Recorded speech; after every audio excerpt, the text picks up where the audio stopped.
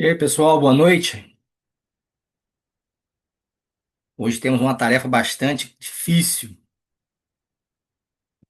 que é e ousada, tentar explicar um pouco a compreensão de Plotino nas Enéadas 1 e 2, tratando da cosmologia, que é o 2, e a ética, né? Inicialmente, né, pedir ajuda ao Espírito Santo para que nos possa clarear, porque nada tão abstrato, por enquanto até agora, que nós tivemos, né? Apesar de ter passado por Platão, mas ele dá uma pitada de mais abstrações sistematizadas, né? Então vamos lá. Criador inefável, vós que sois a fonte verdadeira da luz e da ciência, derramai sobre as trevas da minha inteligência um raio de vossa claridade. Dai-me inteligência para compreender, memória para reter, facilidade para aprender, sutileza para interpretar e graça abundante para falar. Meu Deus, semeai em mim a semente de vossa bondade, fazei-me pobre sem ser miserável, humilde sem fingimento, alegre sem superficialidade, sincero sem hipocrisia, que faça o bem sem presunção, que corrija o próximo sem arrogância, que admita a sua correção sem soberba, que a minha palavra e minha vida sejam coerentes. Concedei-me verdade das verdades, inteligência para conhecer-vos, diligência para vos procurar, sabedoria para vos encontrar, uma boa conduta para vos agradar, confiança para esperar em vós, constância para fazer a vossa vontade. Orientai, meu Deus, a minha vida, concedei-me saber o que me pedes e ajudai-me a realizá-lo, para o meu próprio bem e de todos os meus irmãos. Amém. Bom, com a ajuda do Espírito Santo, talvez, né, a gente consiga tirar alguns insights daqui. Qual é a pergunta que nós tentaremos responder aqui hoje, né? Onde estamos e o que é este mundo? Levando em consideração que ele é um neoplatônico, ele pega Platão, então a base cosmológica é o Timeu que nós já vimos, né? E a antropologia é um reflexo, né, a ética é um reflexo ontológico. Então é consequência da forma como Plotino vê o mundo. Como que Plotino vê o mundo e quem somos nós, né? Vamos tentar responder isso daqui, como eu falei, extremamente ousado.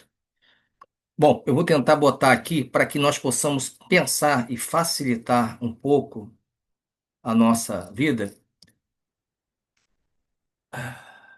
É esse quadro aqui que a gente gostaria de estar pensando. Aqui é a forma como Plotino, né, vê a realidade, né? A realidade para Plotino, como nós veremos nos próximos encontros, é, é dividido em três realidades, né? Nós temos o nous, né? Desculpe, nós temos o uno, o nous e a alma. Aqui para ponto, para a gente estar discutindo hoje, a gente vai falar do cosmos, obviamente, cosmologia, a matéria, é a questão do retorno, trata-se pela a ética, né? Então vamos visualizando esse quadro aqui que vai nos ajudar a entender. Para Plotino, como eu falei, existem, né, hierarquia da realidade. Então a gente tem o ser, né, que para Platão a dualidade. Nós tínhamos o sumo bem, o agaton, que é o mundo inteligível, e nós temos o mundo sensível. Para Plotino, fazendo um comparativo aqui bem raso, me perdoe, né, ele pega esse ágaton, né, ele fala sobre o uno. E esse uno, ele é composto de nous e alma. Não são três, é uma realidade, são três realidades, ok? Num único ser. Então, a cosmologia para o que é o mundo para Plotino? O mundo Plotino, você sai do uno que emana para o nous e o nous emana para a alma. A alma, ela tem duas partições, nós teremos um encontro somente para isso. É a alma superior e a inferior. A superior é a que faz o cosmo. Lembremos um pouco do Timeu, ele fala que o demiurgo, né? O demiurgo de Platão, ele olha para o mundo inteligível, olha para as realidades perfeitas e plasma, ok? O cosmo, né? As estrelas, os astros, os planetas, porque esses são astros que são movimentos cíclicos, ordenados, então ele contempla o inteligível, então ele é plasmado assim. Partindo para Plotino, o demiurgo de Plotino, me perdoe novamente essa comparação rasa, é o nous. né? Não é um uno. É uma realidade já é, decaída, digamos assim, em relação à completude que é o nus. Então, o nus transborda emanação, que nós iremos falar novamente mais para frente, em outros encontros, mas fiquemos somente assim com essa parte.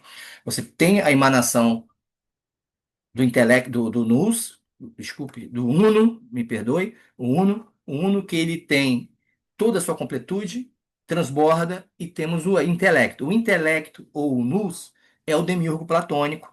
Então, esse nous é que vai plasmar através de uma emanação na alma superior, que seria o cosmos, ok? E com isso nós chegamos na sequência aqui pela fotinho, a matéria. A matéria a gente está chegando na gente. Então seria a parte da alma mais inferior, mais distante. Então imaginemos dessa forma, é uma hierarquia e sistematizado. Tudo que tiver mais distante do uno, ok? Mais próximo da carne nós estamos. Então seria, nós estamos na matéria, nós estamos a parte mais distante do Uno. Isso nos coloca em situações, né, que nós veremos. Então, toda essa correlação corresponde ao distanciamento do Uno. Beleza. Então, o mundo, né, para Plotino, é uma imagem necessária do Nous. Né? Ele é um ser vivo, correto? É eternidade no mundo, é emanação para o transbordo de abundância do Uno, como eu falei. Aqui também uma coisa interessante, é só um parênteses bem curto para a gente não estender.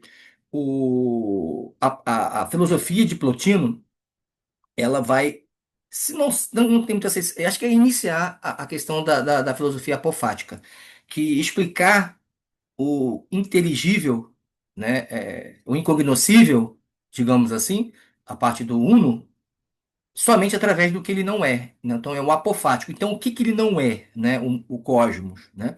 Ele não é uma queda, não é um erro e não é um mal. Isso é importante, que é a base do gnosticismo no século II, tá? A gente não vai falar sobre gnosticismo aqui, mas entende-se que muitos gnósticos pegam a filosofia de Plotino mediante essa deturpação dizendo que o mundo é uma queda. Aqui nós temos uma sistematização, uma hierarquia, um afastamento da perfeição, que é o uno. Então, quanto mais afastado, mais distante você está da completude. Então, isso te coloca em uma situação inferior, porém não é uma queda, ok? Por que que eu falo isso? Que para Platão, né, o mundo sensível, ele fala que é a sombra do inteligível, ok? Ele é tudo tudo uma cópia, a imperfeição. Tanto é que a alma platônica é também dividida, na verdade, a alma platônica é dividida em três, né? Vocês têm a parte concupiscível, né, ou apetitiva, a irascível e a racional. Então, quanto mais distante da racional, ok?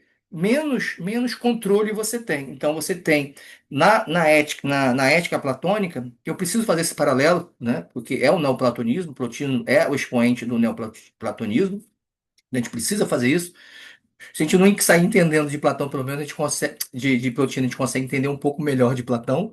Então já é um ganho absurdo. O Platão, através da República, nós entendemos lá que ele fala que a ética, né, a virtude, é a harmonia da alma. Então, essas três partes da alma que eu acabei de falar de Platão, ele é harmonizado, você tem, através da dialética, você tem a ética platônica. Para Plotino, como nós vamos ver, é muito semelhante. Porque como Plotino fala que as realidades que nós temos, né, no caso, nós humanos, somos a matéria, nós somos a parte mais distante do núcleo, nós temos uma escada muito longa para subir para começar a aproximar a, ao Uno, ok? Então é essa questão aqui que eu falo da ascese, da ascensão, do retorno que nós temos aqui nesse mapa. Então, através de que nós vamos fazer? Através da dialética, através das virtudes, dos controles, né, da alma, do movimento desordenado da alma, que nos pode trazer entre vícios e virtudes. Dando um pulo maior, nós temos a antropologia platônica, plotiniana, diferentemente de Platão, lembrando novamente, o Demiurgo cria o cosmos, plasmando devido o olhar ao inteligível, ok? Os astros, e ali você tem, certo? Os semideuses que são criados, e a partir daí o semideus que cria os seres vivos. inclusive um homem, certo? Então, você não tem nem o demiurgo, que é o artífice, que cria o homem na antropologia platônica que está lá no Timeu. Então você tem o quê? Você tem o Demiurgo cria o cosmos, cria as pessoas mais perfeitas, que a lógica é a mesma. Ele não pode criar um ser tão imperfeito. Então ele cria já um que já é semideus, né? E esse semideus que cria os seres vivos, inclusive o homem. E lembremos que essa questão ele não cria nem a mulher. A mulher, para Platão, é como você não atinge pela dialética as suas virtudes, você é como se estivesse caindo para a série B. Desculpa a analogia. Você decai uma categoria, digamos assim, e se você decair mais, você vai para os animais e por aí afora. É a lei é a lei, é a metempsicose, então é a questão muito relacionada ao pitagorismo. Então, isso é outra história. Voltamos aqui para Plotino. Nós temos o quê? É a emanação da matéria. Quando a emanação da matéria, nós temos a emanação da matéria. O que está mais próximo do superior seria os cosmos, seria os planetas, seria os astros, ok? Que é o ser vivo. Muito, os históricos pegam muito essa parte também aí do ser vivo, da cosmologia platônica, plotiniana, obviamente por corte.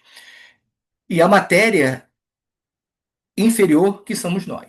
Ok? Então, essa matéria inferior somos nós. Então, a antropologia platônica, o que que não é? Não é um composto, como Aristóteles falava, lembra? Dinimorfé, não é matéria e forma. É a ausência de forma que somos nós. Só quando a gente contempla a ascese, né? No caso, primeiramente vai ser a matéria superior, que a gente começa a adquirir a forma. Ok? Então, nós temos aqui o que que é a matéria. É pura potência sem qualquer ato. Essa palavra, para quem leu Aristóteles, como nós, né, isso é a cara de Aristóteles, ok? Só que para Plotino, como eu falei, não é um composto. Para Aristóteles, todo ser ele é composto de matéria e forma, ok? O que não tem matéria é aquele ser incorruptível, que já é, né, caindo na metafísica aristotélica. Então, aqui a matéria, ela não é um composto, ela é informe. Então, isso é dado como de uma forma na qual é pura potência. Então, quando nós adquirimos as potências, aí que gera a questão da atualidade, atualização, que seria o ato. Eu sei que é bem complicado, inclusive para o que eu falo. Então, a matéria é o que? É o limite inferior do ser. É quase não ser. Existe até essa expressão no Plotino. Ele é quase um não ser, ele é quase uma sombra do ser. Aproxima muito nesse quesito particular a antropologia como a questão da dualidade platônica, né? A questão da cópia, da imagem, da sombra, né? Me remete muito a isso, certo? Então, a parte da antropologia é isso. É, a- Uma coisa que é importante, a analogia que o foco muito dado em relação a Plotino em relação à antropologia, ao homem, né, é a dispersão da psicologia, né, que é a alma. Então, como eu falei anteriormente, é só mais para que fique o termo correto, né? Não é uma questão metafísica, como Aristóteles, de matéria e potência, um símbolo e tudo mais, né, que é ali o composto. Aqui, na verdade, o que diferencia a matéria é o psique, é a alma superior e a alma inferior. Quanto mais inferior, mais distante do uno, então, mais distanciado da ordem, do movimento uniforme, da contemplação, ok? Então, aqui, nós damos agora um pulo bem breve para a ética, né? A ética platônica, a ética plotiniana, né? Ela é uma consequência ontológica. Então, o que que acontece? Nós estamos aqui, só que ainda existe em nós, muito semelhante novamente a Platão, desculpa a redundância, a repetição, nossa matéria, ela contempla, ainda tem um resquício da alma superior, que a alma superior, ela contempla o nus, e o nus contempla o uno, ok? Então, nessa cadeia de emanação, de lei de retorno, lei de retorno, não sei se é assim, nessa emanação, você tem o quê? Você tem um caminho ascético de subir, né? Ou seja, a gente conseguir contemplar subindo e tentando chegar a mais próximo possível do inteligível. Então, nós temos o quê? Qual é a ética? É uma consequência ontológica. Então, como o ser humano age em si e na política? Aqui, particularmente, o Plotino não se envolve na política, diferentemente de Platão. Platão, a gente lembra, né, é toda a sua a sua república é praticamente isso. Ele constrói uma cidade hipotética e tenta começar a descrever como seria isso. Então, como que é a ética? A ética está correspondendo à partição da alma. Lembremos que as pessoas que nasciam, né, do cobre, e fazer analogia também dos minerais, né? Então, que seria os servidores, seriam os artífices, né? Essas pessoas tinham que controlar a sua temperança, eram pessoas que estavam mais ligadas à sua parte apetitiva. Então, a questão da bebedeira, do sexo, então tinha que ter temperado. Tinha os guardiões, que era a questão da fortaleza, da irascibilidade, e tinha os filósofos, os reis, né, que seria a parte racional. Então, essa uniformidade, cada um controlando a sua participação, partição da alma, você tinha uma cidade harmônica e justa. Então, existe a possibilidade para Platão ter uma cidade justa. Então, aqui em Plotino, nós temos o quê? A gente precisa fazer um retorno através da virtude, certo? Então, é um processo de simplificação ontológica. Eu sei que são termos bem soltos, né? A virtude, para Plotino, ela é particionada. Aqui eu só separei em três para identificar um pouco. Acho que tem uma quarta, acho não, tem uma quarta, que seria as virtudes cívicas, que é organizar o composto, ou seja, a matéria e a forma. Purificadora, separado do sensível, que quanto mais você desligar do corpo. Lembremos, o corpo para Plotino não é mau. Porém, não é a prioridade. Inclusive, na sua vida mesmo, né, vida e obra, você pode consultar e visualizar que ele vivia dessa forma. Ele não priorizava a sua matéria, mas não era matéria ruim. Isso é importante a gente ficar muito claro. Se a gente conseguir sair com isso aqui com clareza, que Plotino não via, não tinha na sua cosmologia, na parte da matéria, né, que é a parte mais baixa, da parte mais distante do Uno, não é mal, ok? Mas não é a prioridade. Porque através dela a gente tem que fazer um movimento de ascensão e isso é purificar. Quanto mais você separar é questão sexual, questão de controle, questão de temperança, questão de ira, questão. Todas essas questões que são conhecidas já, inclusive aristotélicas e platônicas. Né? E a contemplativa. Essa contemplativa, ela é uma das mais altas, né? Que para a gente também não é novidade, seria assimilar o nous. Né? Seria contemplar, como se fosse contemplar o bem platônico, a questão do sol, do raio, né? Todas aquelas analogias que a gente fazia quando estudamos Platão. A felicidade depende do grau de interiorização, que é o movimento ontológico de retorno, vai depender de que momento você está.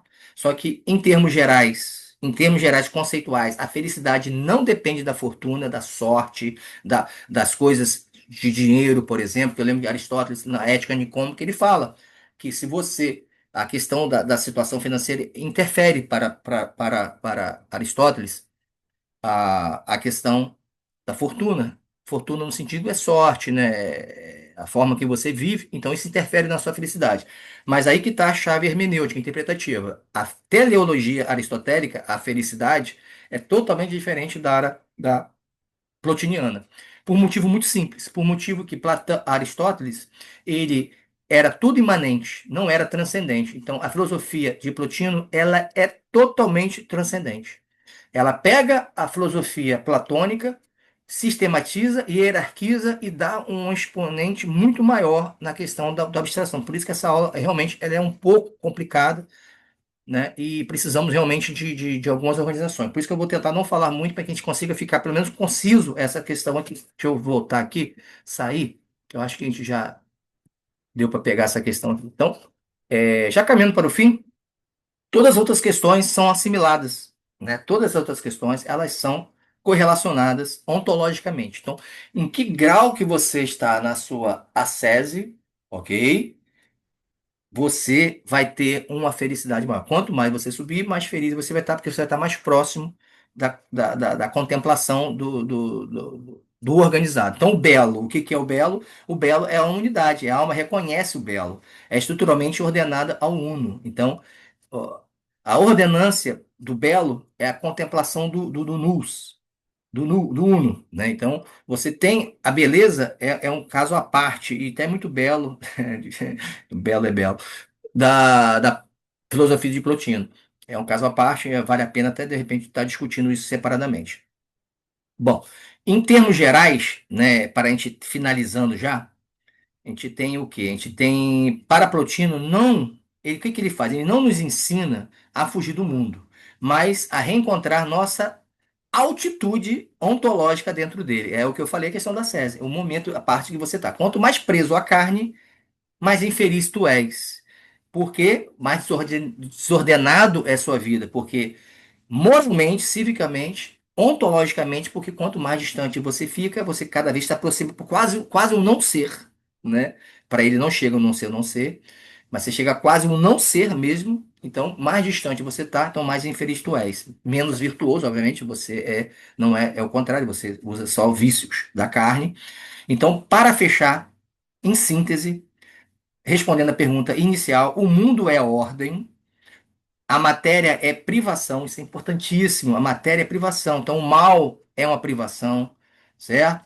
Toda a parte das paixões, as paixões, elas são um enfraquecimento da alma pelo afastamento do nous. Então, a dor, a agonia, todas essas questões desordenadas, elas são ontologicamente devido, novamente, ao afastamento do nous, ok? Então, a ética é o retorno. Então, o que é uma ética para Plotino? É o retorno. É a forma que você faz de, de controlar, né, as suas paixões, que são esse movimento desordenado pelo enfraquecimento da alma, em direção ao nous, porque quanto mais próximo dele, mais ordenada a tua vida é. Então é o retorno. E o fim, né, é a eimosis, né, que é a união. Quanto mais próximo você está lá das medidas, das ordens cosmológicas, do nous, que é o intelecto. Então, em termos gerais, o que que você pretende é retornar para o inteligível, o intelectivo, né? Então você está utilizando, como Aristóteles falava, ele fala, né, é a parte que te caracteriza, que é a alma intelectiva, que é um movimento de vida. Então isso aí não difere muito, só que o que difere é o foco, que aqui no caso não é metafísico, é ontológico, a ética é ontológica, a cosmologia ela vem direcionada às hipóstases, três hipóstases de Plotino que nós iremos falar, e todas as outras derivações, elas vêm mediante esse afastamento das emanações, que são as três realidades para Plotino. Certo, pessoal? Eu espero que tenha primeiro saído com áudio, que infelizmente não consegui ter essa confirmação, mas se não tiver, não tem problema, a gente faz uma próxima, mas espero que tenha conseguido responder essa pergunta, o que é o mundo para Plotino, e como nós vivemos nele, e como a gente faz, como que é organizado essa questão, tá bom? Um grande abraço para vocês, até a próxima e fiquem com Deus.